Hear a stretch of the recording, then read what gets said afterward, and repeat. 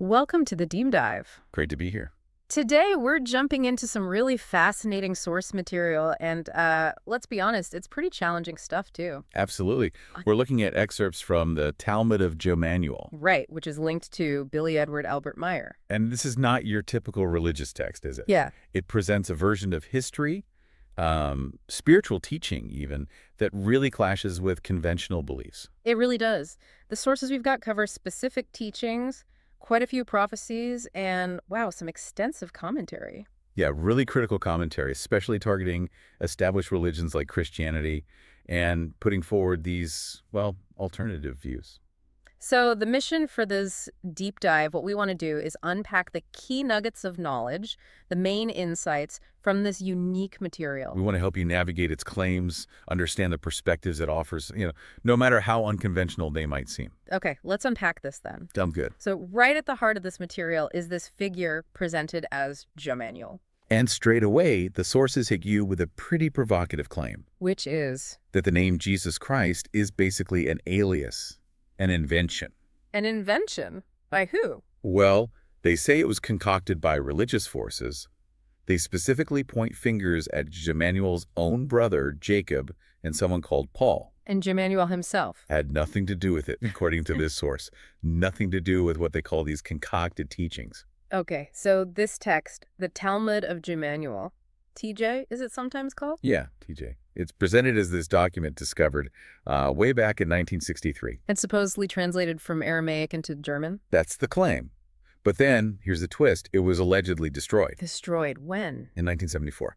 And the reason given is because its contents were seen as, well, heresies for Christianity and Judaism. Which probably explains why mainstream scholars aren't exactly queuing up to study it. Exactly. The sources themselves say scholars tend to ignore it because of these so-called heresies, plus the fact the originals are gone. And its connection to the whole Billy Meier UFO contactee case, right? Right. That association definitely adds another layer of controversy. So what about Jmmanuel himself? What did the sources say he taught or claimed? Well, several key things. He's called the King of Wisdom. Yeah. And also, interestingly, the son of Gabriel, the celestial son. Celestial son. Okay.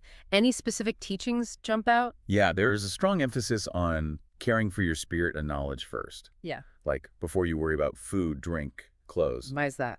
The idea is that worry about physical stuff can actually crowd out wisdom and knowledge. You need to prioritize the spirit. Interesting. What about things like miracles? The healing of the paralytic, for instance? It's mentioned, but with a specific interpretation. The healing isn't just Jmmanuel's power acting alone. No. It's attributed to the paralytic's own faith in Jmmanuel's spirit's power and also their confidence in his teachings. And those teachings are described as? As the teachings of nature and of creation. So grounded in the natural order. He's also quoted making predictions, isn't he, about the temple in Jerusalem? Yes, predicting its destruction. He apparently said the Israelite people trespass against life and the truth, built their city on blood. And he made a distinction, didn't he, between different groups? He did. According to the source, he differentiated between Israelites, who he called sons of Zion, wanting to kill him, and Jews, who he saw as sort of misled believers he was trying to bring truth to. There are also proverbs mentioned, right, attributed to him. Yeah, proverbs of wisdom. And they're said to come directly from the laws of creation, things you can see in nature. So wisdom isn't just given, you have to work for it. Exactly. It requires thinking, seeking. The wise, according to these proverbs, don't grieve over loss or mourn the dead.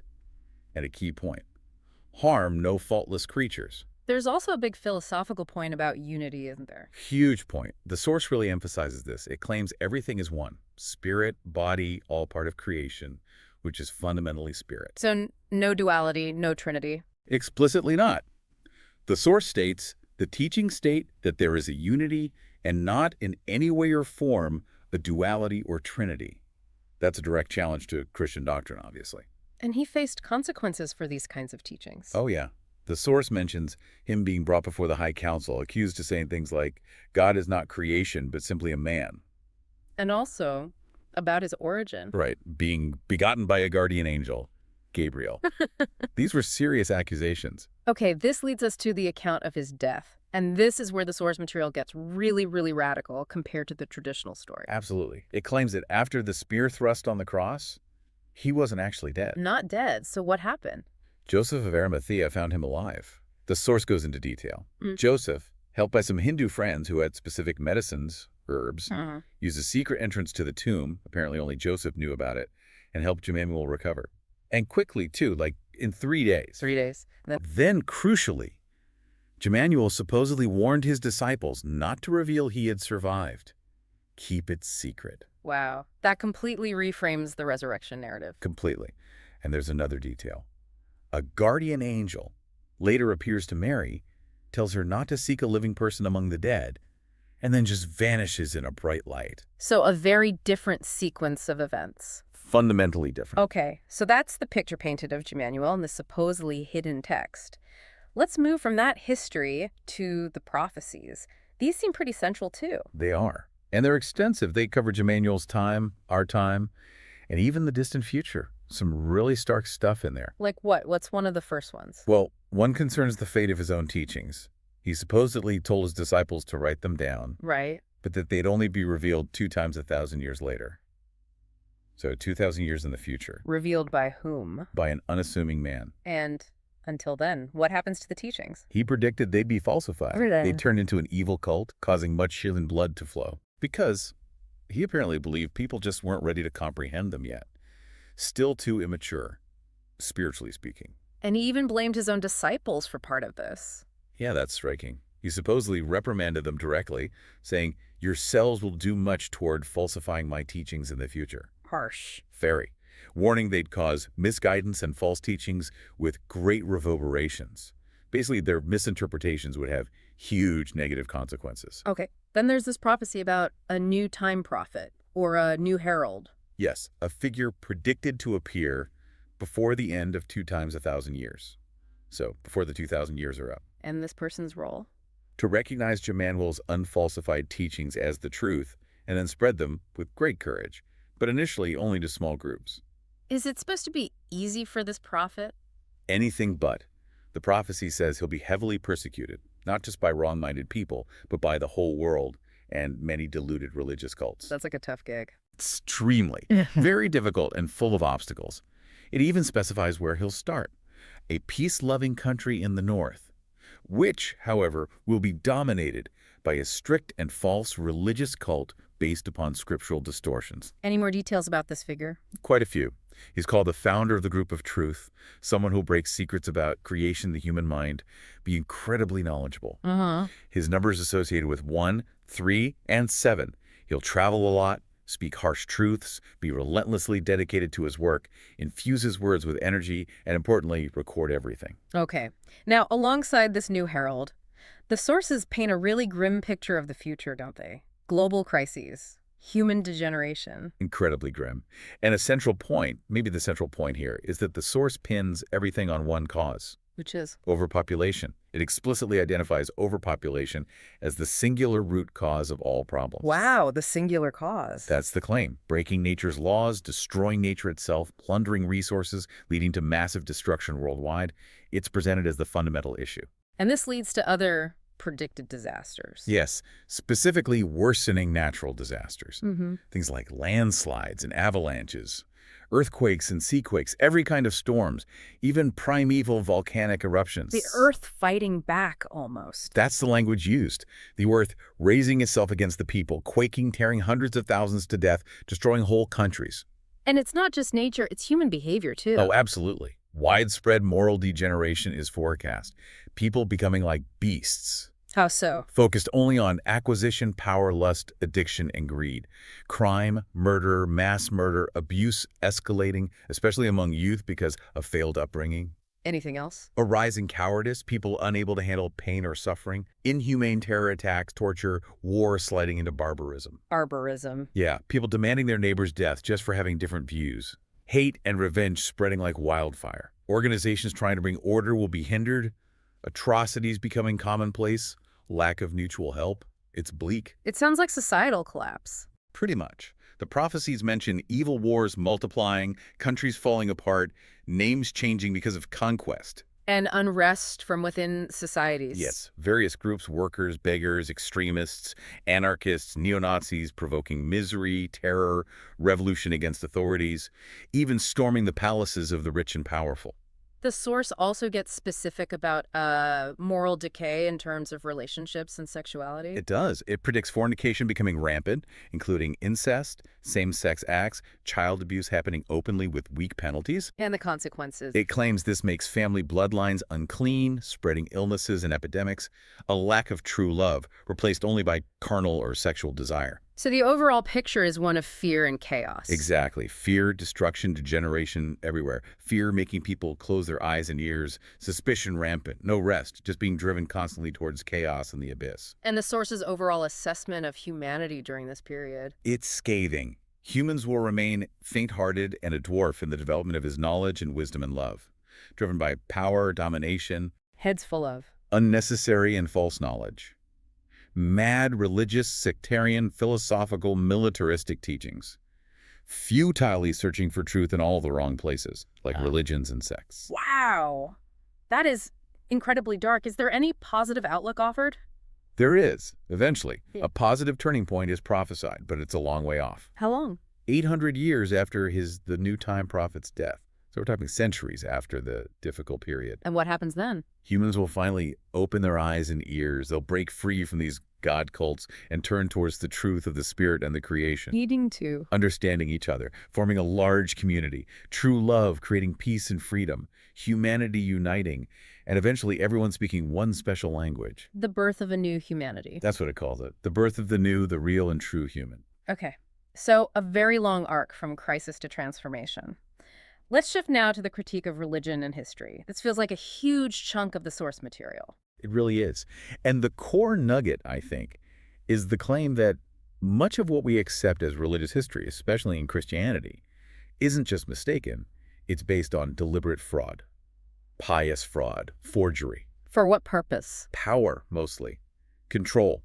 Manipulation. The sources start with the idea that belief itself is kind of arbitrary, right? Dependent on where you're born. Yeah, that belief is largely a matter of environment. The quote suggests, if you're born Muslim, you turn to Mecca. Born Christian, you turn to Christ. The cradle determines the creed. And they contrast faith with intelligence. Strongly. They argue faith is not intelligent or of reason, doesn't require intelligence. But things like disbelief, doubt, questioning, rejecting superstition that's an act of intelligence often takes courage, too. And that quote, toleration only came in when faith went out.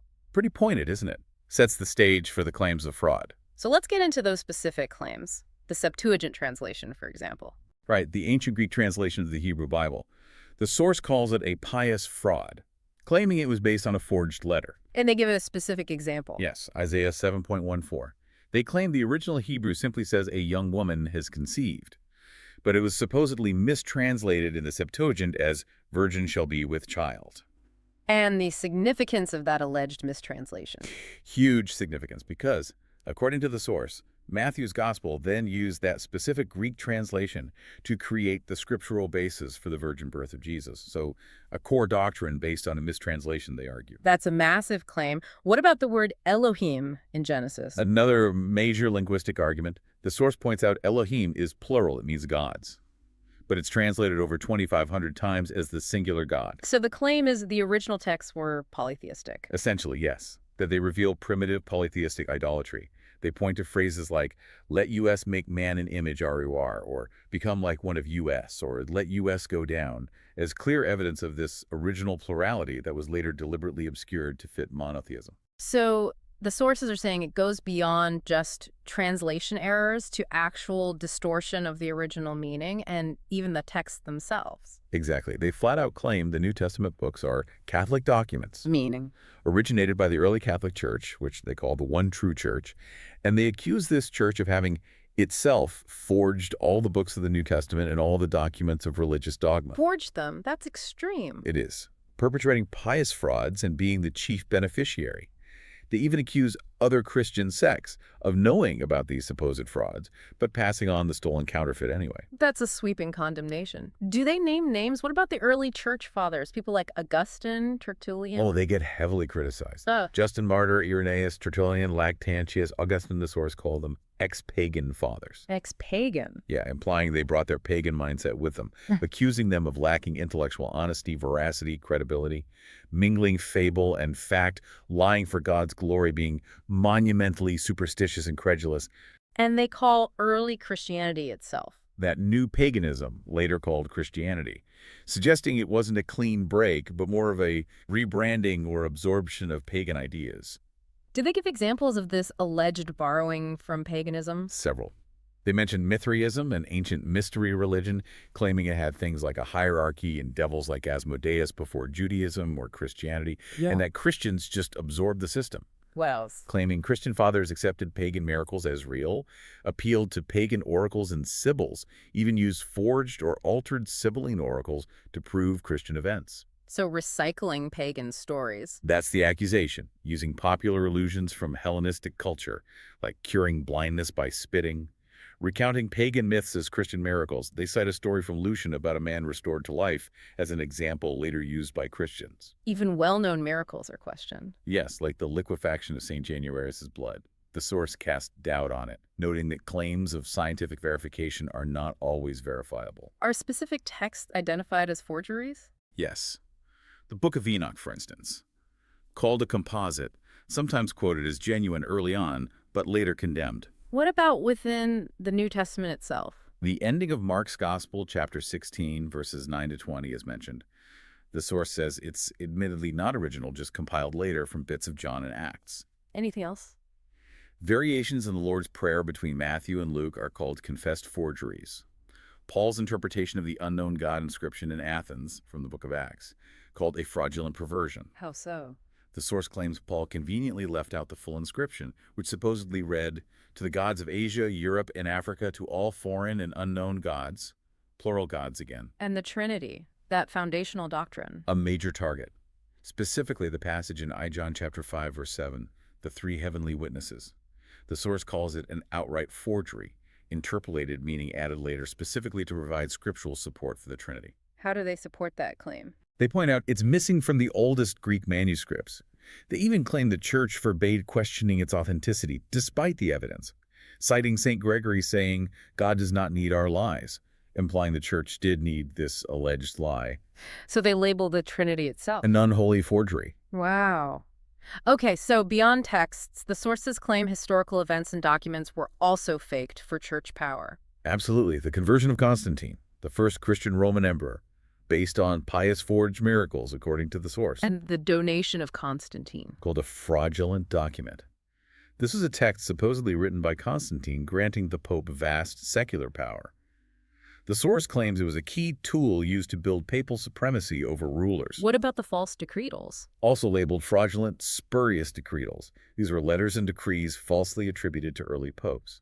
Again, the source says they were used to construct the great fabric of papal supremacy over the different national churches, admitting the forgery was obvious centuries ago, but it still did its job. So the argument is a pattern of fabrication for power. What about the consequences of religion's influence, according to these sources? Violence, repression. Big themes. They argue rulers historically used priests and fear, specifically mentioning the Hebrew fear of Yahweh, to control people. And when the Roman Empire became Christian, The source describes it becoming a theocratic religious state. They claim the church essentially forced the state to treat crimes against faith, like heresy, as high treason. punishable by death. Yes, under laws like the Code of Theodosius and the Justinian Code. The source asserts Catholic and citizen of the state became identical terms, meaning no room for dissent or non-belief. And heresy itself. It is portrayed as tearing society apart, breaking the bonds of charity, leading directly to violence, the sword, and pyres, all in the name of repression. This whole history is summed up as the confessed accursed record of Christianity. The sources also seem very critical of religion's impact on science and knowledge. Extremely critical. They contrast it with pagan Greece, where they claim science flourished under figures like Sales and Anaximander because it was unshackled by religious dogma, bans, or an inquisition. But under Christendom, They claim Greek learning was essentially lost for 1,000 years in the West. Why? Because a civilization thoroughly saturated with Christianity was supposedly incapable of scientific thought. the Inquisition gets mentioned specifically. Yes, established against heretics, but also against other innovators, which included scientists. They claimed the church repressed medical science, ignored plagues, hindered anatomical study, mentioning Vesalius, the famous anatomist, fearing church censure. And do these critiques connect to the present day? They do. The sources argue religious fanaticism is still a problem, imposing beliefs like Genesis science, firing teachers, trying to control schools, jeopardizing peace. They claim a corrupt and insulting ecclesiastical government is still rampant, and that the 20th century was still living under the hangover spell of medieval theology. That's a comprehensive and damning assessment of religious history and influence. It really pulls no punches. Okay, let's change tack slightly. The sources also draw a contrast between their own perspective, the Pledge and Meier teachings, and what they label New Age philosophies. Yes, they do. And they use specific channeled material attributed to someone named Janny King as a prime example of what they see as problematic New Age thinking. And they claim this material is contradictory to the figure they call the real Ta. Exactly. Completely at odds, they say. So what are the key ideas they attribute to these common New Age teachings, using Janny King as the example? Things like, don't judge in any way, don't think. Just be passive, essentially. Also the idea about fixing the world. Right. You don't need to do anything to fix the world, just think of yourself. Sort of an inward focus that neglects external problems. And the concept of evil? The idea that if you acknowledge an evil, you make it real. And that judging wrong in the world is just a reflection of yourself, kind of blaming the victim or absolving responsibility. What about suffering, pain, discordant situations? The source claims these teachings suggest we create these things, diseasement, agony for ourselves. Why would we do that? To understand unity, apparently. To discover the God you are. And therefore, you should just bless these negative experiences and accept them without trying to change anything. So any action against evil is seen negatively. It's assumed to come from fear, according to how the source portrays these teachings. Okay, so that's the New Age side as presented. What about the Pledgerin and Billy Meier tenets in contrast? A very different emphasis. A core principle is taking personal responsibility for thoughts, words, and deeds. Active responsibility. And striving, acting against evil. Yes, the necessity of striving. And critically, the responsibility of speaking out and acting against evil. But importantly, they claim this action shouldn't come from fear. Where should it come from then? From understanding universal laws, creational laws. And they assert that as you gain knowledge, all fear disappears. So knowledge dispels fear, enabling right action. That seems to be the idea. They stress following creational laws and directives, which they say apply universally, can't be changed to suit human whims, and are visible in nature. And following these laws guarantees a creation-aligned forming of life, living in harmony with the universe, essentially. What else is emphasized in the Meier perspective? Actively seeking knowledge, wisdom, truth, peace, freedom, and love. And exercising reverence and respect, not just for humans, but for all of creations. Reverence and veneration are called fundamental prerequisites for understanding anything. Respecting both positive and negative aspects of reality as long as they haven't fallen into degeneration. There's also a strong point about how knowledge is gained, isn't there? Crucial point. The source argues that genuine knowledge of truth is valuable only if it's obtained through one's own thinking. Own thinking, not just accepting information. Right. It requires actively solving the secrets which the wealth of thinking contain. It's an internal, personal, intellectual effort. You have to figure it out yourself. So external proofs aren't the focus. No. They double down on this, saying genuine proofs come only from internal sources. Inner perceptions, values, cognitions, knowledge experiences, and Erlebnis, German for experiences, as well as the inner knowledge and the wisdom. It's all about inner validation. Which brings us back to that specific criticism of Janny King's channeling. Yes, calling it audacious, completely at odds with the real Ta. And they link Janny King to this figure, Saint-Germain.